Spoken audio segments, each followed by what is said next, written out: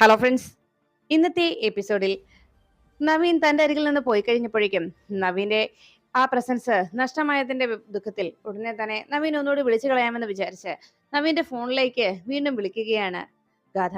ഗാഥയുടെ phone call വന്നതും അവിടെ എത്തിയോ എന്നും ഉടനെ തന്നെ തിരിച്ചു വരാറായോ എന്നും ഒക്കെ അന്വേഷിച്ചപ്പോൾ ഞാൻ പോയിക്കൊണ്ടിരിക്കുകയാണെന്നും തന്നെ അവർ വെയിറ്റ് ചെയ്തിരിക്കുകയാണെന്നും ഇപ്പോൾ തന്നെ എത്തി വേഗം തന്നെ കാര്യം ഡീലപ്പ് ചെയ്തിട്ട് ഞാൻ ഉടനെ തന്നെ മടങ്ങി എത്തിക്കൊള്ളാമെന്നും നവീൻ അറിയിച്ചു.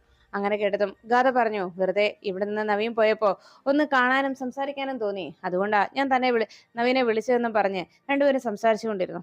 എന്തായാലും ഒരു കാര്യം മാണിക്കുഞ്ഞോട് കൃത്യം പറഞ്ഞിട്ട് വേണം തിരിച്ചു വരാനായിട്ട് എന്ന് ഗാഥ ഓർമ്മപ്പെടുത്തിയപ്പോ എന്താണെന്ന് നവീൻ അന്വേഷിച്ചു.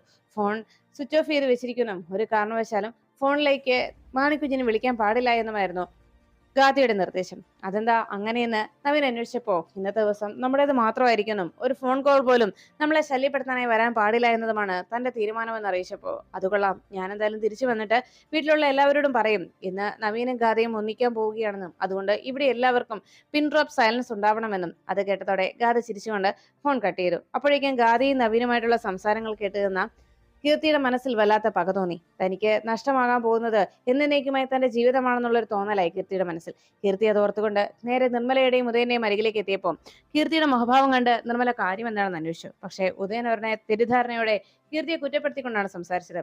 വേറെന്താ പ്രശ്നം, ഇവളെന്തെങ്കിലും ഗുലുമാൽ ഒപ്പിച്ചു കാണും. ഇതിന്റെ തൊട്ടു പിന്നാലെ പുതിയ ഓർഡറുമായിട്ട് നവീൻ എത്തും. എന്നത്തേക്കുമായിട്ട് ഈ വീടിന്റെ പടി ഇറങ്ങിക്കോളാൻ. ഇതുവഴി ഇറങ്ങണമെന്നും എപ്പോൾ ഇറങ്ങണമെന്നും എന്തൊക്കെ എടുക്കണമെന്നും മാത്രം തീരുമാനിച്ചാൽ മതിയെന്ന് ഉദയം പറഞ്ഞപ്പോ കീർത്തി മുഖം വീർപ്പിച്ചുകൊണ്ട് നിർമ്മലയോട് പറഞ്ഞു, അല്ലെങ്കിലും എന്റെ കാര്യത്തിൽ ഇവിടെ ആർക്കും യാതൊരു ശ്രദ്ധയുമില്ലല്ലോ. എന്നെ ഇങ്ങനെ കുറ്റപ്പെടുത്താനും എന്റെ കാര്യത്തിന് ഇതുപോലെയുള്ള അഭിപ്രായങ്ങൾ പറയാനുമല്ലേ ആളുകളുള്ളൂ എന്ന് ചോദിച്ചപ്പോ നിർമ്മല ചോദിച്ചു, മോളെ നീ എന്തൊക്കെയാ പറയുന്നത്?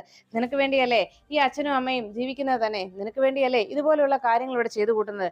എന്നിട്ടും നീ ഞങ്ങളെ കുറ്റപ്പെടുത്തുകയാണോ എന്ന് ചോദിച്ചപ്പോ ഉടനെ കീർത്തി പറഞ്ഞു, അമ്മേ, അവിടെ ഗാഥ നവീന്റെ വരവും പ്രതീക്ഷിച്ച് കാത്തിരിക്കുക. നവീനോട് ഗാഥ പറഞ്ഞു വിട്ട എന്താണെന്ന് അറിയാവോ? ഇനി ഞാൻ ഇതിനെ ഇവിടെ ജീവിച്ചിരിക്കുന്നത് അവളിന്ന് നവീന്റെ കൂടെ ഒരുമിച്ച് ആ മുറിയിൽ ഉറങ്ങാനാണ് തീരുമാനിച്ചിരിക്കുന്നത്. പിന്നെ ഞാൻ ഇവിടെ കാത്തിരുന്നിട്ട് എന്താണമ്മേ ഫലം എന്നൊക്കെ ചോദിച്ചു. അപ്പോഴേക്കും ഉടനെ നിർമ്മല പറഞ്ഞു, ഉദയേട്ടാ, ഇനിയും നമ്മളിത് കേട്ടിട്ട് കണ്ടിട്ടും നമ്മുടെ മോൾക്ക് വേണ്ടി ഒന്നും ചെയ്യാതിരിക്കുന്ന മോശമാണ്. എത്രയും വേഗം തന്നെ ഇതിനെന്തെങ്കിലും ഒരു പരിഹാരം കണ്ടെത്തിയേ തീരൂ. എന്തെങ്കിലും ഒരു പോംവഴി എത്രയും പെട്ടെന്ന് ഉദയേട്ടൻ കണ്ടുപിടിക്കണം എന്ന് പറഞ്ഞപ്പോൾ അവളുടെ ആ മെഡിസിൻ ബാക്കി ഇവിടെ ഇരിപ്പുണ്ടല്ലോ, അത് നമുക്ക് കലക്കി പൊടിച്ച് കലക്കി അവൾക്ക് കൊടുത്താലോ എന്ന് ഉദയൻ അന്വേഷിച്ചു. അതിനിപ്പോ എങ്ങനെയാ? അവള് ഭക്ഷണം കഴിക്കുന്നതിന് മുൻപാ മരുന്ന് കഴിക്കുന്നത്. ഇതിനോടകം അവള് ഭക്ഷണവും കഴിച്ചു കഴിഞ്ഞു. അപ്പൊ ഇനിയിപ്പോ എന്തായാലും അവളൊന്നും കഴിക്കാൻ പോകുന്നില്ല എന്ന് നിർമ്മല അറിയിച്ചു. അങ്ങനെയാണെങ്കിൽ മറ്റൊരു പോംവഴിയേ ഉള്ളൂ, പാമ്പ്, അത് തന്നെ എന്ന് പറഞ്ഞു. ഉടനെ ഇത് കേട്ട കീർത്തി അന്വേഷിച്ചു, അല്ലച്ചാ ഇനിയിപ്പോ എവിടുന്ന പാമ്പിനെ കൊണ്ടുവരുന്നത്? ഇനി പാമ്പാട്ടിനെയും പാമ്പിനെയൊക്കെ എവിടുന്ന് കിട്ടാനാ ഈ സമയത്ത് എന്ന് ചോദിച്ചപ്പോ, ഇനി മോളെ നിനക്കറിയത്തില്ല, പക്ഷെ എനിക്കും നിന്റെ അമ്മയ്ക്കും കൃത്യമായിട്ട് അറിയാം പാമ്പിനെ എങ്ങനെ പ്രയോജനപ്പെടുത്തണമെന്ന്. അത് മോള് കണ്ടോ എന്ന് പറഞ്ഞതും നിർമ്മലയോട് ഉദയൻ താൻ എന്താണ് ചിന്തിച്ചതെന്ന് പറഞ്ഞു കൊടുത്തു. ഉടനെ ഉദയൻ പറഞ്ഞു, ഇനി നമുക്കിവിടെ നോക്കിയേക്കണ്ട, വാ ഉദയേട്ടാ എന്ന് പറഞ്ഞ് രണ്ടുപേരും കൂടി വേഗം നവീന്റെ മുറിയിൽ നവീനെ കുറിച്ച് ഓർത്ത് ആ മുറിയിൽ കാത്തിരിക്കുന്ന ഗാഥയെ പിടികൂടാനായിട്ട് രണ്ടുപേരും വീടിന് പിന്നിലൂടെ ആ ജനലിനടുത്തേക്ക് എത്തി. ഗാഥ നവീനെ കുറിച്ച് ഓർത്ത് ഓരോ സ്വപ്നങ്ങൾ കണ്ട് അങ്ങനെ അതെല്ലാം ചിന്തിച്ച് ആ ജനലിനരികിൽ തന്നെ അങ്ങനെ കാത്തു നിൽക്കുകയായിരുന്നു. അപ്പോഴാണ് കൃഷ്ണ വീട്ടിലെത്തിയിട്ട് വിശേഷങ്ങളൊക്കെ തങ്കത്തോട് അറിയിച്ചത്. സാറിന് ഇങ്ങനെ ഒരു അപകടം ഉണ്ടായതിനെ കുറിച്ചും സാറിനെ ആ അപകടത്തിൽ നിന്ന് രക്ഷിക്കാൻ കഴിഞ്ഞതിനെ കുറിച്ചും ഒക്കെ കൃഷ്ണ പറഞ്ഞു. എന്തായാലും സാർ അടുത്തേക്ക് വരുമ്പോൾ ഒരു വേണ്ടപ്പെട്ട ഒരാൾ, വല്ലാത്തൊരു ആത്മബന്ധമുള്ള ഒരാൾ നമുക്കരികിലേക്ക് എത്തുന്ന പോലെയാണ് തോന്നുന്നത്. സത്യത്തിൽ സാറിന് നമ്മൾ എന്ത് ചെയ്തിട്ടാണ്, സാറുമായിട്ട് നമുക്ക് എന്ത് ബന്ധം ഉണ്ടായിട്ടാണ് സാർ ഇത്രത്തോളം നമ്മളെ സ്നേഹിക്കുകയും ഇത്രത്തോളം നമ്മളെ സംരക്ഷിക്കുകയും ചെയ്യുന്നത്? എന്തായാലും സാറിന് ഒരു ആപത്തും വരാതിരിക്കണം എന്നാണ് എന്റെ മനസ്സ് ആഗ്രഹിക്കുന്നത് പറഞ്ഞപ്പോൾ അത് കേട്ട തങ്കം പറഞ്ഞു, മോളെ, നീ അദ്ദേഹത്തെ അത്രത്തോളം സ്നേഹിക്കുന്നത് കൊണ്ടാണ്, നിഷ്കളങ്കമായ സ്നേഹമാണ് നിന്റെ മനസ്സിൽ ഇത്തരം തോന്നലൊക്കെ ഉണ്ടാക്കുന്നത്. എന്തായാലും ഈ നാട്ടിൽ വന്നപ്പോൾ മുതൽ നമുക്ക് ഉപകാരം മാത്രം ചെയ്ത സാറ് ഇപ്പതാ ഒരു ജീവിത മാർഗം ഉണ്ടാക്കി. അതുകൊണ്ട് ഒരു കാര്യം ചെയ്യേ, മോള് നാളെ രാവിലെ സാറിനെ തീർച്ചയായും പോയി കാണണം കേട്ടോ, വിവരങ്ങൾ അന്വേഷിക്കണം എന്ന് പറഞ്ഞു. അതെന്താ, ഞാൻ പോയിക്കോളാം അമ്മേ, അതിന് യാതൊരു പ്രശ്നവും ഇല്ല എന്ന് പറഞ്ഞതും എന്തായാലും ഇത്രയൊക്കെ ചെയ്തു തന്നെ നമുക്ക് നമ്മളോടുള്ള ആ സാറിന്റെ കരുതലൊക്കെ കാണുമ്പോൾ ഇങ്ങനെയെങ്കിലും നമ്മൾ ആ കടപ്പാട് വീട്ടണ്ടേ എന്ന് പറഞ്ഞപ്പോൾ തീർച്ചയായിട്ടും ഞാൻ ഇതൊക്കെ തന്നെ ചെന്ന് നിങ്ങൾ പറഞ്ഞേക്കാം, കടപ്പാട് വീട്ടാനാ വന്നതെന്നും കൃത്യമായി ഞാൻ സാറിനോട് പറയാം, എന്നിട്ട് അമ്മയും വിളിക്കാം, എന്താ എന്ന് ചോദിച്ചപ്പോൾ ഒന്ന് പോകുന്നുണ്ടോ പെണ്ണെ എന്ന് തങ്കം ദേഷ്യപ്പെട്ടു. അപ്പോഴാണ് അവിടെ ഭക്ഷണമൊക്കെ കഴിക്കാതെ ഭക്ഷണം കഴിച്ചിട്ട് അപ്പുറത്ത് മാറിയിരിക്കുന്ന അനീൻ സാറിന്റെ ഫോണിലേക്ക് കോള് വന്നത്. അനീൻ സാറ് ഫോൺ എടുത്തതും കൃഷ്ണയോട് പറഞ്ഞു, മോളെ ഞാൻ ഭക്ഷണമൊക്കെ കഴിച്ചു, ഇതാ മരുന്നും കഴിക്കും കൃത്യസമയത്ത് എന്ന് പറഞ്ഞ് അങ്ങനെ സംസാരിച്ചിരിക്കുമ്പോൾ ചേച്ചി മരുന്നുമായിട്ട് അവിടേക്ക് എത്തി. കണ്ടില്ലേ ചേച്ചി, ഇപ്പോഴും വിളിച്ചെന്നെ ശാസിച്ചതേ ഉള്ളൂ, ഭക്ഷണം കഴിക്കണമെന്നും മരുന്ന് കഴിക്കണമെന്നും. പാവം കൃഷ്ണമോള്, ഞാൻ പറഞ്ഞില്ലേ എല്ലാവരോടും വല്ലാത്ത സ്നേഹമാണ്, ആ കുട്ടിയുടെ നിഷ്കളങ്കമായ സ്നേഹവും മറ്റുള്ളവരോടുള്ള കരുതലുമൊക്കെ. ചേച്ചി, അവൾ എൻ്റെ പ്രിയപ്പെട്ട മോള് തന്നെയാണ്. സത്യത്തിൽ ഞാൻ എൻ്റെ മോളെ കണ്ടെത്തി കഴിയുമ്പോൾ എനിക്ക് 2 പെൺമക്കളായിരിക്കും എന്ന് പറഞ്ഞു. അത് കേട്ടതോടെ അവർ ചോദിച്ചു, പിന്നെ നീ ഇങ്ങനെയൊക്കെ ഓരോന്നൊക്കെ വിളിച്ചു പറഞ്ഞു, പക്ഷേ മോള് അങ്ങനെയൊക്കെ ചിന്തിക്കുമെന്നും നീ പറയുന്നതൊക്കെ അവൾക്ക് ഉൾക്കൊള്ളാൻ കഴിയുമെന്നും തോന്നുന്നുണ്ടോ എന്ന് ചോദിച്ചപ്പോൾ ഉടനെ അത് കേട്ട് അനിയൻ കുഞ്ഞു ശ്രീനിവാസ പറഞ്ഞു, അതെന്താ ചേച്ചി അങ്ങനെ പറഞ്ഞത്? എന്റെ മോൾക്ക് എന്റെ മനസ്സ് മനസ്സിലാകും, അവൾക്ക് അതുപോലെ ചിന്തിക്കാനും സാധിക്കും ചേച്ചി എന്നായിരുന്നു ശ്രീനിവാസന്റെ മറുപടി. എന്തായാലും ഞാൻ ചേട്ടനെ വിവരം അറിയിച്ചിട്ടുണ്ട്, അവരുടനെ ഇങ്ങോട്ട് വരാമെന്നാ പറഞ്ഞത് എന്ന് പറഞ്ഞപ്പോ ചേച്ചിയോട് ശ്രീനിവാസ് ദേഷ്യപ്പെട്ടു. എന്തിനാ ചേച്ചി ആവശ്യമില്ലാത്ത കാര്യങ്ങൾ അളിയനെ വിളിച്ച് പറഞ്ഞത്? അതിന്റെ ആവശ്യം എന്തായിരുന്നു എന്നൊക്കെ ചോദിച്ച് ശ്രീനിവാസ് ബഹളം വെക്കുന്നു. അപ്പോഴാണ് കൃഷ്ണയുടെ കാര്യങ്ങളൊന്നും ഓർക്കാതെ, കൃഷ്ണയെക്കുറിച്ചുള്ള ചിന്തകളൊന്നും മനസ്സിൽ ഇനി ഇല്ലാതെ വളരെ ശാന്തമായിട്ട് നവീനെ മാത്രം ചിന്തിച്ചങ്ങനെ റൂമിനടുത്തിരിക്കുമ്പോഴാണ് പിന്നിലൂടെ വന്ന് കീർത്തിയും നിർമ്മലയും ഉദയനും കൂടി ആ പുതിയ പദ്ധതി പ്ലാൻ ചെയ്തത് നടപ്പിലാക്കാൻ ശ്രമിച്ചത്.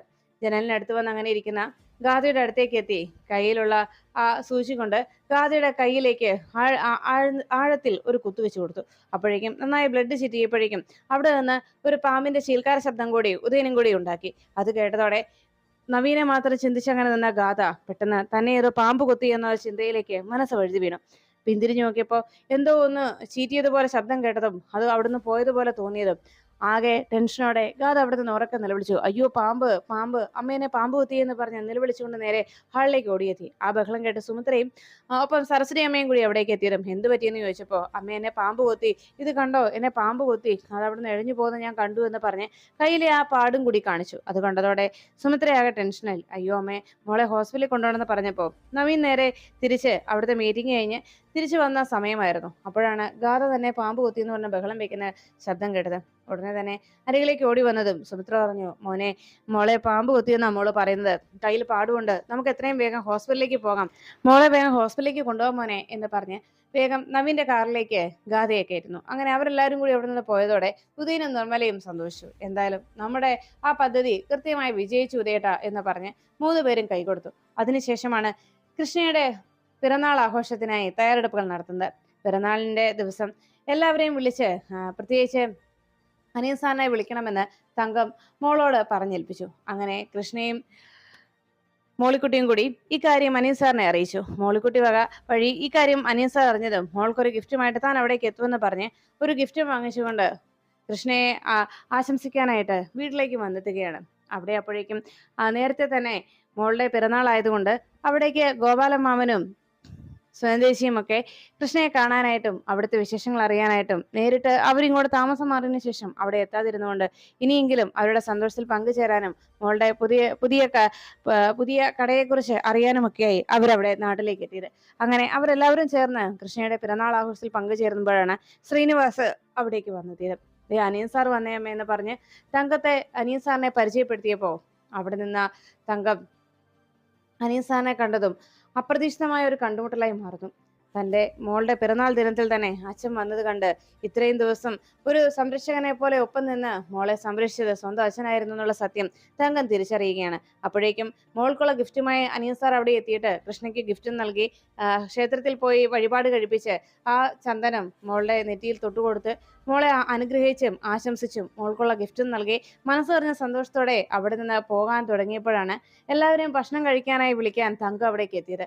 ആ നിമിഷത്തിലായിരുന്നു തങ്കം ശ്രീനിവാസനെ നേരിൽ കാണുന്നത്. കണ്ട മാത്രയിൽ വർഷങ്ങൾക്ക് ശേഷം തന്നെ ഏൽപ്പിച്ച ആ പിഞ്ചു കുഞ്ഞിനെ ഇത്രയും നാളും ഒരു പോറൽ പോലും ഏൽപ്പിക്കാതെ അവളെ കാത്തു സൂക്ഷിച്ച് ഇത്രയും വലിയൊരു പെൺകുട്ടിയാക്കി മാറ്റിയപ്പോൾ ഒടുവിൽ അവളുടെ അച്ഛന്റെ അരികിലേക്ക് അവർ പോലും അറിയാതെ വന്നെത്തിയതും അച്ഛൻ തന്നെ അവളുടെ സംരക്ഷകനായി എല്ലാ ആപത്തിലും അവൾക്കരികിലേക്ക് എത്തിയതുമൊക്കെ ഒരു ദൈവനിയോഗം തന്നെയാണ് എന്ന് പറഞ്ഞ് തങ്കം ആ അച്ഛനെയും മകളെയും അവരാരാണെന്ന് പരസ്പരം പരിചയപ്പെടുത്തി കൊടുക്കുമ്പോൾ ഒടുവിൽ തന്റെ അച്ഛന്റെ ഇത്രയും നാളും ഒപ്പം നിന്ന് ആ അച്ഛനോട് തന്നെയാണല്ലോ താൻ അടുത്തിടപഴകിയതെന്നും മനസ്സിൽ വല്ലാത്തൊരു ആത്മബന്ധം തോന്നിയത് മറ്റൊരു കാരണത്താലും അല്ല എന്നും സ്വന്തം അച്ഛനായിരുന്നത് കൊണ്ട് തന്നെയാണ് അങ്ങനെ ഒരു തോന്നൽ മനസ്സിൽ ഉണ്ടായതെന്നുമുള്ള സത്യം തിരിച്ചറിഞ്ഞ കൃഷ്ണ സ്നേഹത്തോടെ ശ്രീനിവാസിന് അരികിലേക്ക് എത്തി അച്ഛ എന്ന് വിളിക്കുന്നു.